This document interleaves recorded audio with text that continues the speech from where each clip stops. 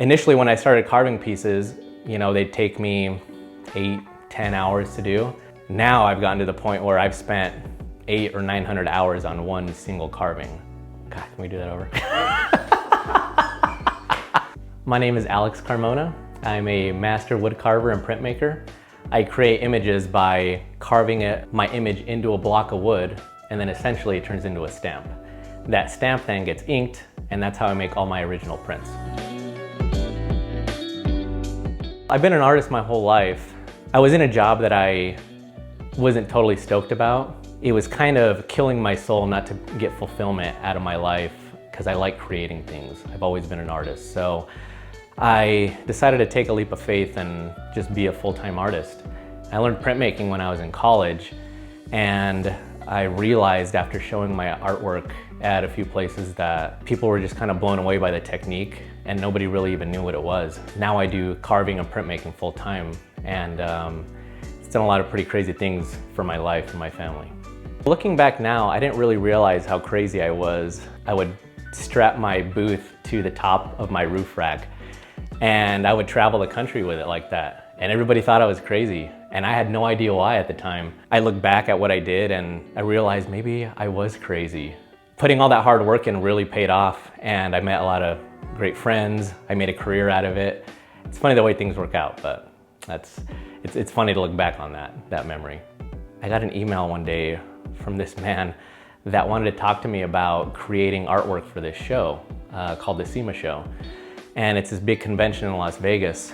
It's just one of these weird things that happen when you put your whole heart behind something, and I never really knew where that would take me, but I met up with these people and I got a contract for 3 years to do all of the artwork throughout this gigantic show. So this show is so big that it needs basically direction, you know, wheels and tires, hot rods, you know, off-road. So I created all the images for all these separate sections that led people through this entire show, and it's like miles long, 14 miles long if you walk the entire show, something like that. That was kind of the point in my career where things started to change for me, and the Fender Music Corporation found me there. I started carving guitars for them. I got a lot of notoriety from doing that show. So being able to be a part of something like that, it just blew my mind, and I never would have thought something like that could have happened.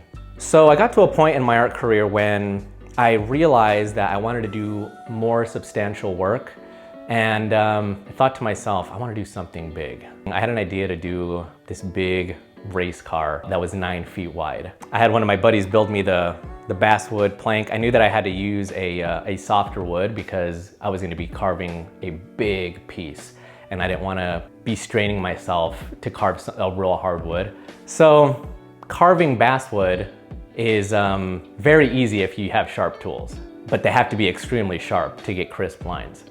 Now, I started looking into some sharpeners, and I realized that this Tormek that I would see at my local wood shop was the best way to go. Because I use the best hand tools that I can buy, and I decided to invest the time to learn how to use the Tormek machine, which sharpening a tool is an art in of itself, but using the Tormek machine made it so much easier. And I remember when I was in college, my printmaking professor, he showed me how to sharpen my C-gouge, and it's the most ridiculous thing. I remember he said you get this little sharpening stone, put oil on it, and then you just turn it slightly until you get it perfect, you know?